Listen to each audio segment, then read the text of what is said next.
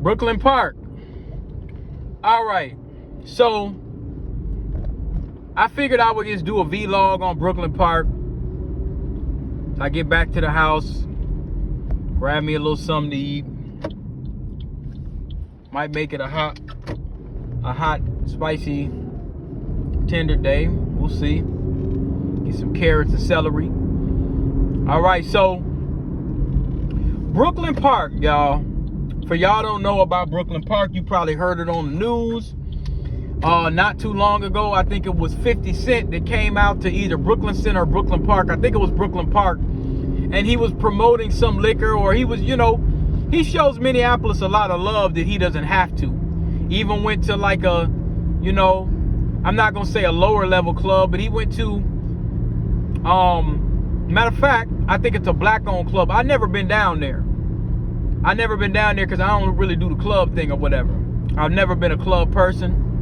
But now that I think about it, 20 something years later, I think I probably should have popped out a little bit more when I was younger. I don't really have so much of a regret, but you got to think, not everybody could go to the club, y'all. You know what I'm saying? I went a couple times. Most of the time I find myself in spots like Gabby's so I can play pool and whatever. But that's a super ratchet club, and you can kind of go in with your polo. You kind of dress how you want for the most part. So as dangerous as Gabby's was, because they'd have shootouts every night at the club, almost all the time. But I felt, to be honest, I felt a little more, bit more like it was more my speed. You know what I'm saying? You might catch a little bag chocolate thing from Gary or Chicago up in there. People gonna fall up in there. So the folks, that's a club, as I call it, like it's like a Young Jeezy club.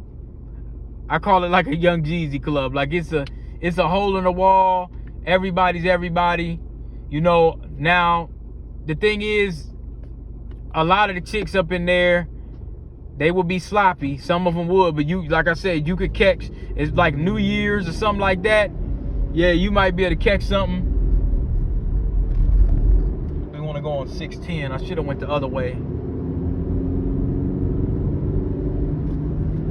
So, Brooklyn Park, what I will tell you guys about Brooklyn Park is, Brooklyn Park is a suburb of Minneapolis.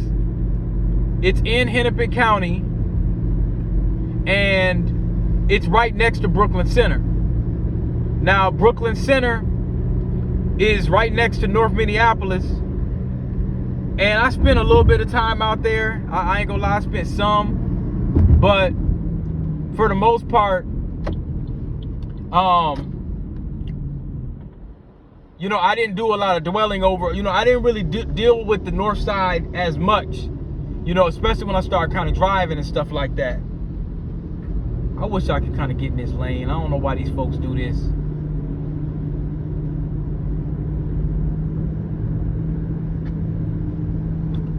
I'm trying to think of a story that I could tell y'all right off the rip. I kind of feel like I'm kind of going off course. I was going to avoid taking 610 so y'all could kind of see a little bit of the city. So, let's see where I'm going. I'll pause it for a minute. I don't want to waste no time. We'll take 169 south and see where that brings us. I think I took a wrong turn. I'm not exactly sure. I might be, if I had the Google Maps, I could find out where it goes bring me to, but I did do some work out here in Brooklyn Park before. I'll tell y'all about a time, it was around maybe 2011. And during this time,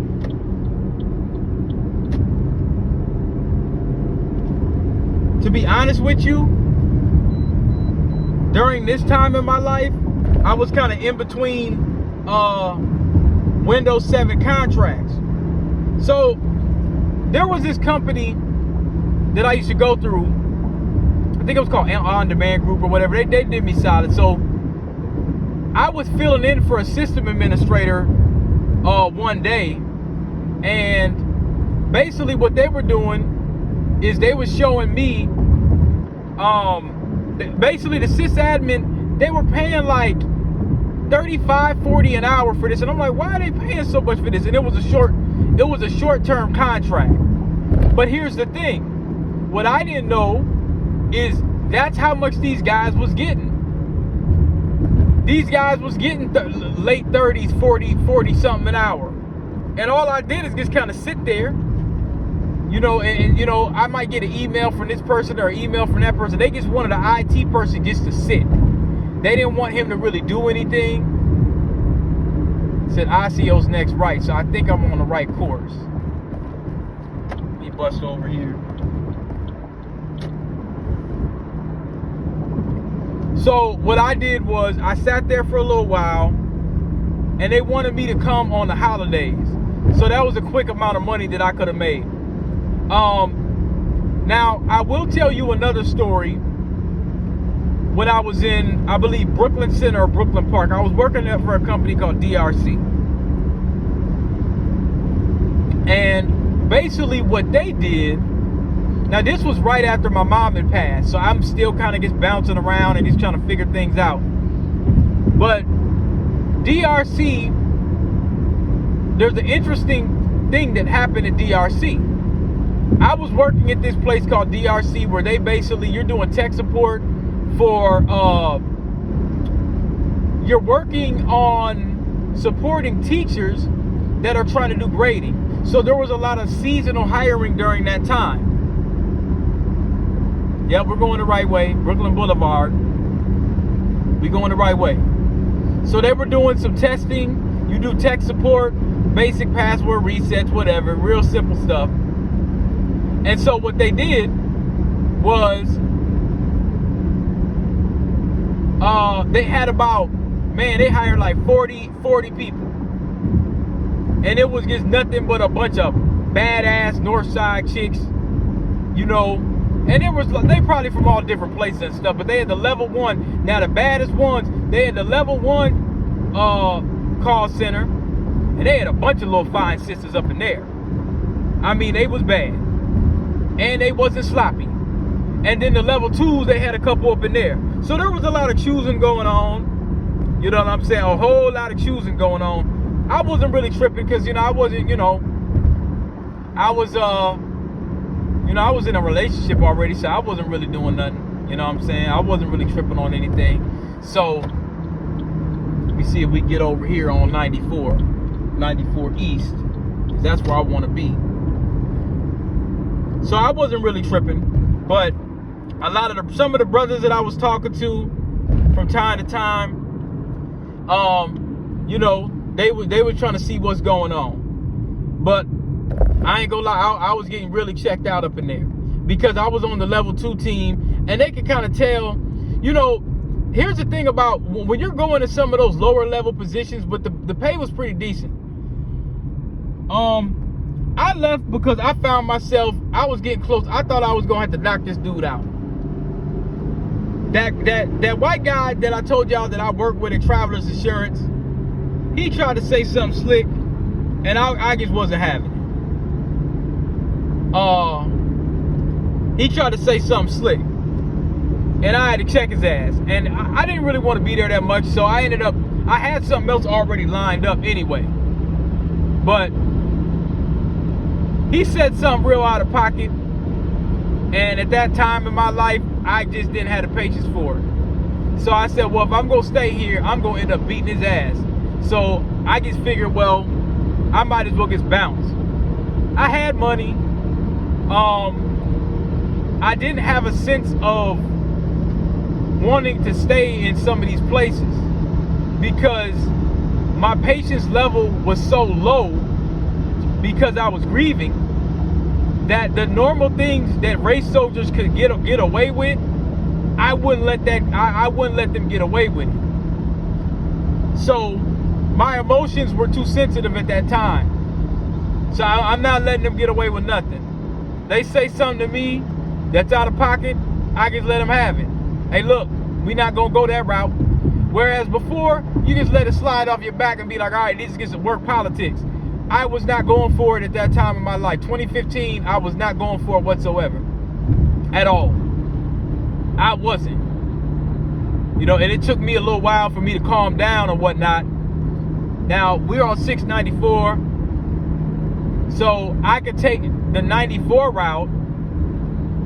I could easily take that, you know, back to Ramsey County. But I'm probably just gonna go ahead and just ride.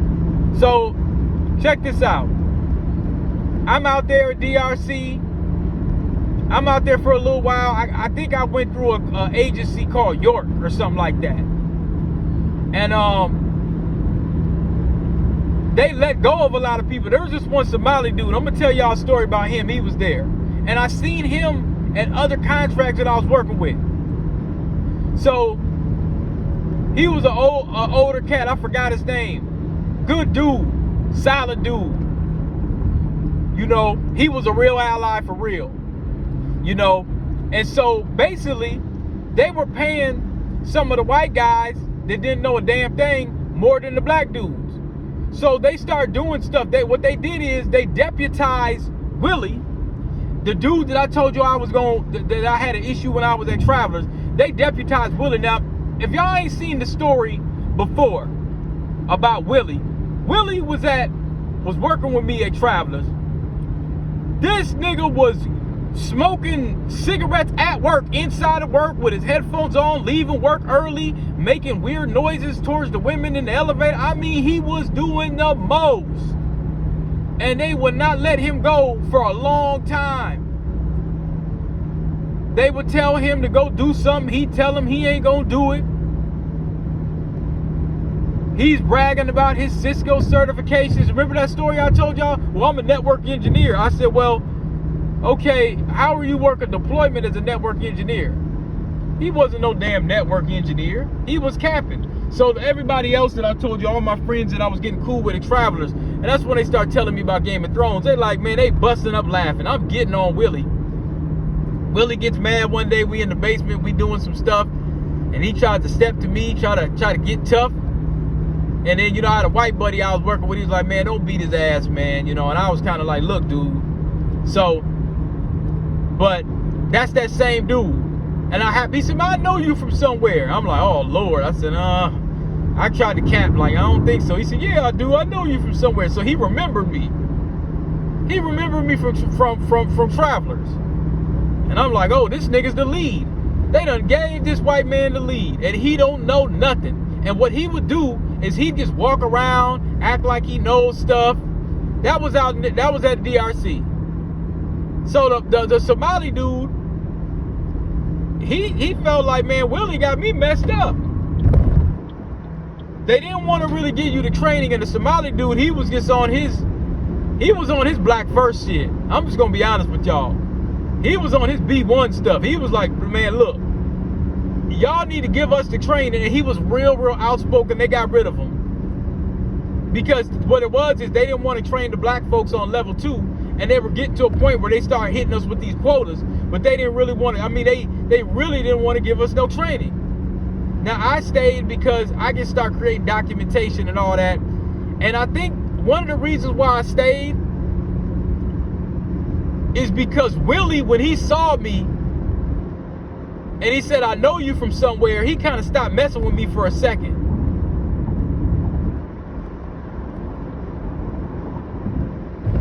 He stopped messing with me for a second, and he realized, okay, this dude knows that I don't know shit. He knows. And he knows that I got fired from Travelers. So he was really trying to just keep a low profile with me until that day we were in the parking lot. I was taking my lunch to go get some of the lunch. And they had us on the phones finally. And he had there was some one chick that she sat right by me. And but she was real cool with Willie. And I said, okay, if she's cool with him, she's probably just like that dude. So I couldn't trust her either. So I'm walking back to my car or going back off of my break, and he says, "Oh, get back on the phone, boy." Like on some, I mean, I just took it as, well, you're not gonna call me that. Now, I don't think he was probably saying it towards a racial element or whatever, but I just didn't like Willie. So I told him to watch his fucking mouth. And he cleared it up real quick. "Oh, no, I didn't mean this or I didn't mean that." And so it was all white people standing next to him, so they knew they had a problem. They knew they had a problem. So I told the recruiter, that day was my last day kind of. I told the recruiter, "Hey, look, they wanted me to sit and figure it out or whatever like that." I kind of walked off because I knew I was going to beat his ass. So to save myself a jail sentence or whatever, and they may not have sent me to jail, I don't know, but I just figured, well, I'll just leave. So he's apologizing, and then I go back inside, he's steady apologizing and all this here. So he gets scared, like, damn, man, they probably gonna let me go for saying that. Because you gotta think, you in a whole company full of black folk. But I didn't tell nobody else what happened. I just didn't like him. Now, was he a white supremacist? I don't know. He was a wannabe wigger. He was one of those kind of. You got to keep in mind, y'all, this is the same guy that told us that the Asian mafia tried to kidnap him because he owed him some money and all this kind of bullshit back at the old job. And we're like, okay, this dude's stupid. So he's like one of those wannabe wigger, didn't quite cut the wigger card kind of white guys, rock and roll, Limp Bizkit kind of white dude. You understand me? He one of those. So that was my story working out there at DRC. They still do hire from time to time. I don't see it as often. But the thing is, when I first came in, you got to think, I was used to a higher level of expertise. So it was so basic that it almost confused me with a lot of the stuff. So the sisters was kind of pulling me to the side. And they were telling me, "Hey, look, baby, all you got to do is this, that, and third." And it wasn't a lot of black men that worked there. It was mainly sisters. So I'm talking to them, and they like, "Well, where do you come from?" And I'm kind of telling them, and they like, "Damn, well, how'd you end up here or whatever?" And I just told the sister, I said, "My mom passed, I'm just kind of, I said, I just came out of Boston. I just did something with, at a company with Boston, and they were asking me about my background, and when I showed them, they said, "Well, can I see your resume?" And I had it on my phone. And I showed it to them. They're like, "Oh, hell no, you ain't supposed to be here." So now they looking at me like, oh, this the promised land right here. If I could get with a nigga like this, man, he got that bread. So, they ain't sitting up, "Oh, well, can you teach me this?" And I'm like, well, look, I'm in a relationship, you know what I'm saying? So, at that time I wasn't married, but I said, "Hey, look, I'm in a relationship." And they like, "Damn," you know what I'm saying? So, I'm telling you, when you a black man and you working at a company and if sisters see you doing tech and you got a high level skill set, even if you're just passing through, they may not see that a lot. So, of course, they're going to choose up. They see you on your bag. They like, okay, well, I'm doing tech, you doing tech, and there you go. And there's nothing wrong with that. That's power dynamic. But, so I'm just kind of, and I end up going to, let me tell you why I end up going. And actually, this was actually a little worse. So the grass wasn't greener. But I'm telling y'all, I was floating. 2015 I didn't give a damn. I always felt like I was going to find something. I always felt like I was going to find a gig. If I didn't like it, I'm off. I'll do something else. But guess what?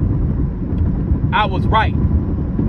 The pickings and the gold mine was there. It was literally a gold mine back then. You can leave something and find, they never had enough people. But now we got AI, we got Patel, they can undercut the American workers, all of that. So it was different. Now, as y'all can see right here, this is Snelling and Lexington Avenue. We've been on 694 several times. Lexington is one of my favorite streets, as y'all already know. I'm on my way to give y'all that Freedmen's series in a minute. We'll try to get that done in the next hour. Anyway, off to the right, you're going to see Arden Hills. That's a suburb. I think it's Hennepin County. It might be a little bit of Ramsey County, but I think Arden Hills is a little bit of Hennepin County. You gotta have some money to stay out there. Reports of it being quite racist to a certain degree. I don't like putting the white supremacy demographically, but if we want to talk about a level, is it 1 shot of Hennessy or 3 shots of Hennessy? Well, the Hennessy's gonna be a little higher out there. You know what I'm saying? So now this is a known thing. This is something that black people have said many a time. Now that don't mean I'm gonna tell you don't buy no house out there. You just need to understand where you at. You got a big ass house. You about to close on it for half a ticket, and your neighbor's calling the police on you, bothering you all the time. Yeah, that might be somewhere that they do that. You might be better off in Eden Prairie, believe it or not. But I'm just saying, you know, unless you have like an acre, half like a 2 acres or something, and then you know you away. But I'm just saying. But now, let's get back to the story at hand. I was talking about Brooklyn Park, right? Or Brooklyn Center, or it was one of those. Damn it, man, I forgot. Oh, so I went out to this place where I met a good friend of mine. I plan on having him on the channel. I ain't talked to him in a while, but now that my Rodecaster's broke, I'll wait, because I want that to be a high quality, you know what I'm saying, interview. But I should have did it before my machine broke. But I met this brother named Charles, and I knew he was a freedman within 30 seconds of talking to him. I knew he was a real one because he had the same mentality I had. So I go over here to this place, the big company in Eagan. It looks like the damn Pentagon. It is very, very, very, very large. And I think the next time I'm in Eagan or by the airport, I'm gonna go out there and show it to y'all. I tried to get a permanent job out there. It's like a much larger job. They had a contract through IBM. I'll give you the name another time. I don't have anything particularly bad to say about the company as a whole. I will say what I will tell you. I will tell you that there was a couple individuals that kind of had us messed up out there. But the contract was initially through IBM. At one point, they started playing with our hours. What we were supposed to be doing over there was desktop support. And then they start having us start doing like cleaning warehouse duties or something like that. And I said, oh no, none of that. Y'all got to keep in mind in the mindset I was in too. I'm still grieving too. So I just wasn't having it. And he stayed a little longer than me. But what we started doing was, the place is like a compound. It's literally like a prison. It's like a huge compound. So what I did, let me tell y'all what I did. We were supposed to be imaging computers, deploying them. They didn't have our admin rights, whatever the case may be. So they used to try to just give us a little busy work. Y'all gonna mop and sweep and all that, and we wasn't with it. We're like, we ain't doing none of that. They actually had that on a list of some of the cleaning duties that we would do. I said, no, that's janitors. You remember Malcolm X when he smashed a cake in his face? Yeah, it was like one of those, like, you know, nah, be a carpenter, Malcolm. No. We're not gonna do that. I'm gonna be paid for what I'm contracted to do. I'm an IT professional. I'm not a janitor. Now, if you want to give me janitor duties, you're going to have to add another $15 an hour. I'll be glad to do it. But no, well, I'm not doing that. So me and Charles, we get to talking and running it and stuff like that. And this dude was like me at that time. He was kind of in between. But man, when I looked at his resume, I'm like, nigga, what you doing here? I'm like, oh, hell no. You know what I'm saying? So, you know, we kind of locked in that same day, and we still talk. He came to my tech training classes. So y'all gonna get an interview out that brother. He's a solid dude. He's a solid dude, man. He be in the alligators and all that kind of shit. You know, so we're gonna really talk about that. That's gonna be a real, you know, I like Charles. He be in a snowmobile, all kind of shit. Like, you know, he be in all kind of little stuff, and And he tips. That nigga tips. That dude does a $200 tip. That man is the tip of the century. He tip more than the celebrities. But yeah, we're going to get him on the channel one time soon. But you know, so we out there at this big place, and this guy starts following us around. And I'm like, okay, this compound is too big. So he probably caught on to us. He said, okay, these dudes, they ain't working. Well, look, we're imaging our computers. We ain't got nothing else to do. The images are running, you know. And so they hired a lot of these little young white dudes. And I don't know where these dudes was from, but he was another little young white dude coming into work drunk and not doing his thing, you know, just kind of doing whatever. And so he starts telling me one day in the basement while we imaging the computers, oh, white people ain't the only ones that can be racist and all this. And I said, oh, we got one of those. I don't know where he got that from, but I don't know. So then one day he tries to throw us off. He said, yeah, you know, white people be smelling like wet dogs. And I said, oh, see now, here we go. There goes the bait. He said, yeah, white people, man, they just be smelling like wet dogs. And I said, uh-oh. So he's trying to bait us in, do whatever. And, you know, he gets doing the most. You can just tell he don't give a damn about that job. He don't care at all. You know, so I had that going on. And y'all got to keep in mind, this was after my contract when I was with AIG. You know what I'm saying? So I had already did that contract. And I had already been out to that place I told y'all. He sounds like he's from Dorchester. That was after that too. So that, you know, I'm kind of bringing y'all through 2015. So, you know, I was at a lot of different places during that time because I just really couldn't get my mind right together. And eventually I ended up in TCS. So we're going to do a story on that. We're going to do a story on TCS next week. Because I got to go out to Bloomington. So y'all going to get that Bloomington game before I report back into work.